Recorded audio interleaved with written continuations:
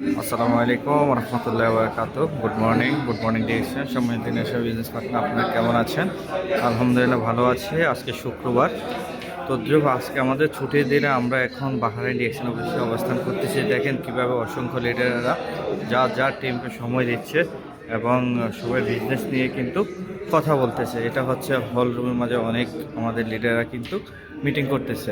ইনশাআল্লাহ এখানে কিন্তু আমাদের কফি অনেক লিডাররা খাচ্ছে, জায়গায় জায়গায় কিন্তু ডিএক্সএনের ইনফরমেশন চলছে। তো আমি আপনাদেরকে বলবো, আজকে কিন্তু শুক্রবারে যে ছুটির দিনটা আমরা কেন ডিএক্সএন অফিসে আসছিলাম, শুধু একমাত্র নিজে কেরিয়ার পজিশনকে বদলানোর জন্য, ফ্রিডম হিসেবে ঘোষণা করার জন্য।